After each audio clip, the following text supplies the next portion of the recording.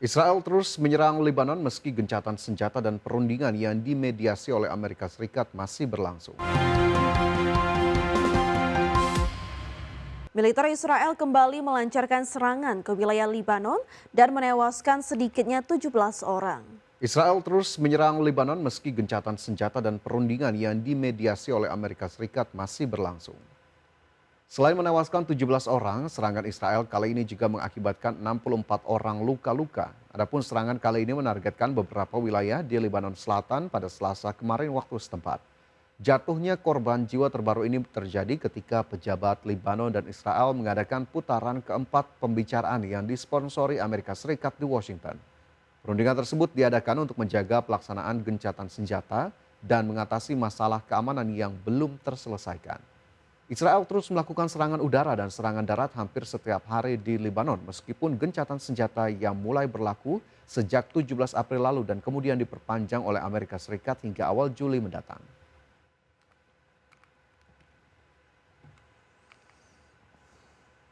Ya, sebelumnya pemirsa, Presiden Amerika Serikat Donald Trump justru mengklaim Israel dan kelompok Hizbullah telah sepakat menghentikan serangan.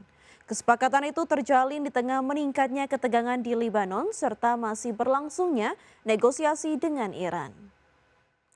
Dalam unggahannya di media sosial pada 1 Juni lalu, Trump mengatakan dirinya telah berbicara langsung dengan Perdana Menteri Israel Benjamin Netanyahu. Trump juga menyebut telah melakukan komunikasi melalui perwakilan dengan kelompok Hizbullah. Trump menyebut Netanyahu setuju membatalkan operasi militer skala besar ke Lebanon. Sementara Hizbullah diklaim menyetujui penghentian seluruh aksi penembakan. Trump juga mengatakan pembicaraan dengan Iran terus berlangsung dengan cepat setelah sebelumnya sempat disebut mengalami hambatan akibat operasi militer Israel di Lebanon. Namun kemudian Trump tampak meragukan klaim gencatan senjata tersebut.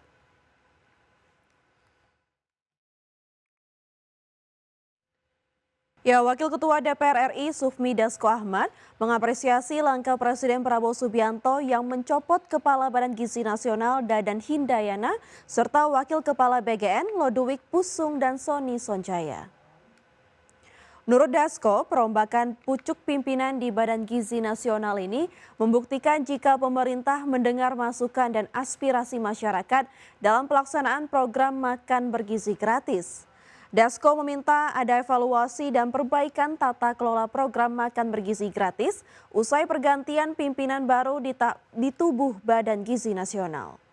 Perombakan pimpinan Badan Gizi Nasional ini juga diharapkan tidak menghambat pelayanan MBG yang sudah berjalan. DPR juga meminta pergantian ini bisa memaksimalkan pelaksanaan program terutama di daerah 3T.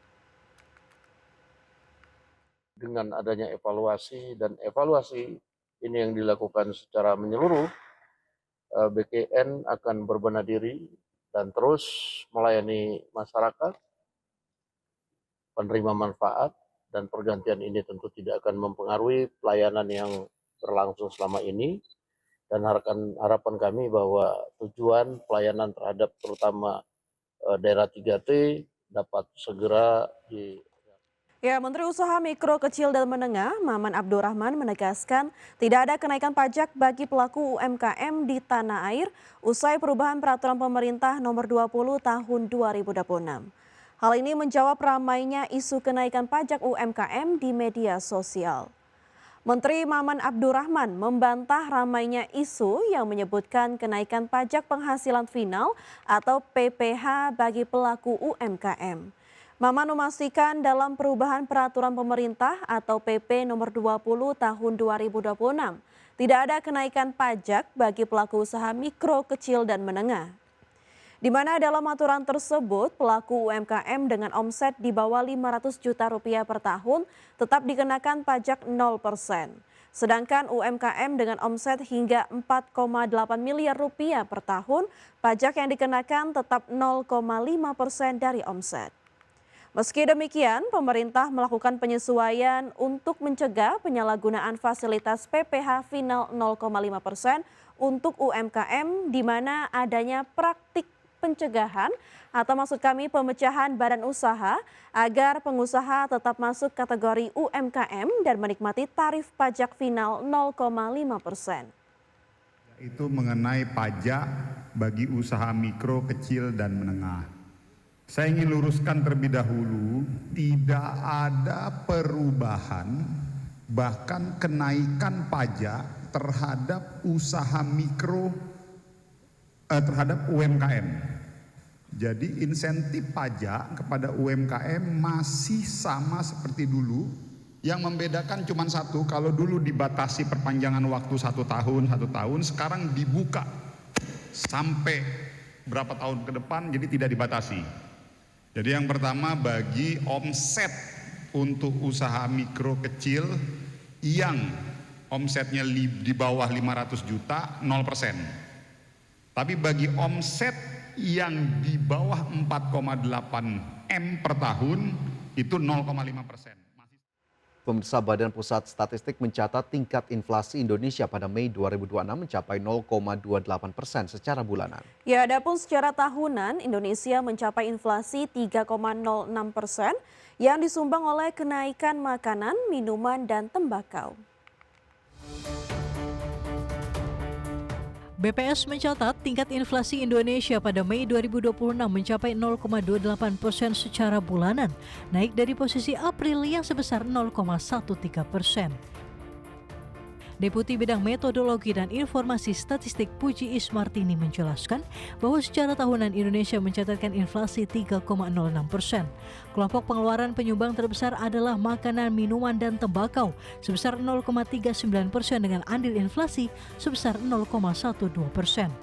Komoditas penunjang inflasi utama kelompok ini adalah cabai merah dengan andil inflasi 0,08%, minyak goreng dan bawang merah 0,04%, tomat 0,03% dan beras dengan andil inflasi 0,02%.